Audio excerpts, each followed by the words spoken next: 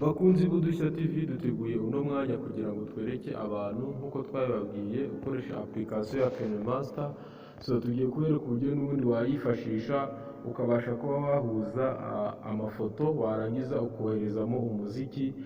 Ushobora gufata amafoto wakuye kuri internet, ushobora gufata amafoto yawe bwite warangiza ugashyiramo akaziki, yaba ari ako ushaka kohereza abantu inshuti zawe, yaba ushaka kohereza abantu kuri social media, WhatsApp, Facebook, YouTube.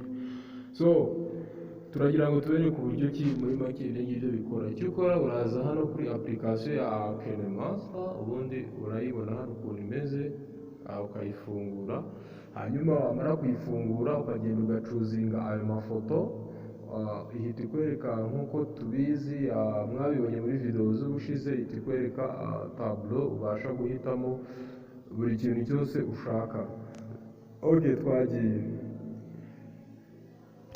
KineMaster ni uburyo ibasha kuba yafungurwamo, murabona ko iri hafi kurangira gufunguka.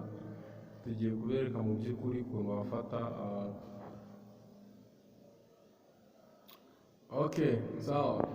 aya ni amafoto. Tugiye kurebera hamwe uburyo ki wafata ano mafoto ukabasha kuba washyiramo umuziki. Ushobora guhitamo amafoto mo hano cyangwa se ukagenda ugafata kuri zino image zindi zisanzwe. Reka dufate amafoto kuyahe Snapseed. No problem, let me take all this image. Ushobora gufata ano mafoto ameze gutya, ugafata amafoto ushaka. Warangiza reka dushyireho n'andi mafoto.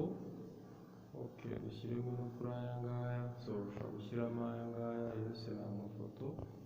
This is the image. Ukayashyiramo, ukayashyiraho, ugashyiraho amafoto warangiza ukoze ku ifoto ihita ihajya already.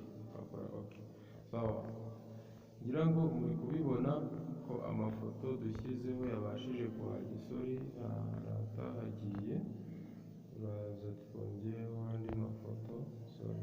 Not layers. Hano kuri media.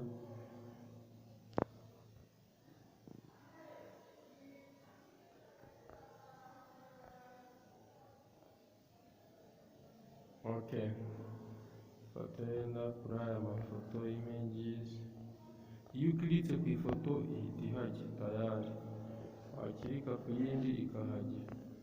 Tuyashyireho.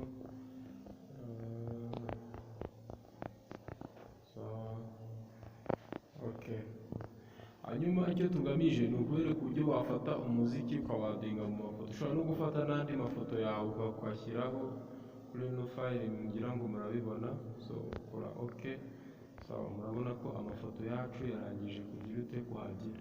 Iyo ugiye gushyiramo umuziki nta kindi ukora, uraza ahangaha kuri audio ugakora click, hanyuma ukaza hano hariho imiziki. Ushobora gufata hano umuziki uri free kuri ino application, cyangwa se sound, cyangwa se ugafata record yawe.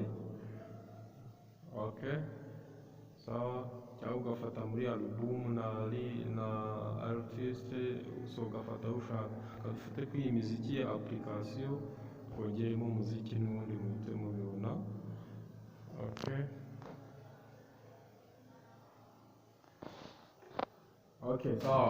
Imiziki murabona ko yafungutse already, uhita uza ugatoranya umuziki ushaka.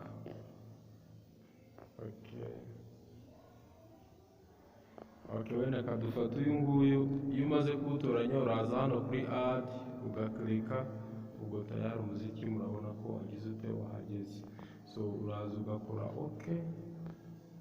hanyuma ukaza gukina umuziki ukareba uko bigenda. Urabona ko umuziki tayari ukinwa n'amafoto asize.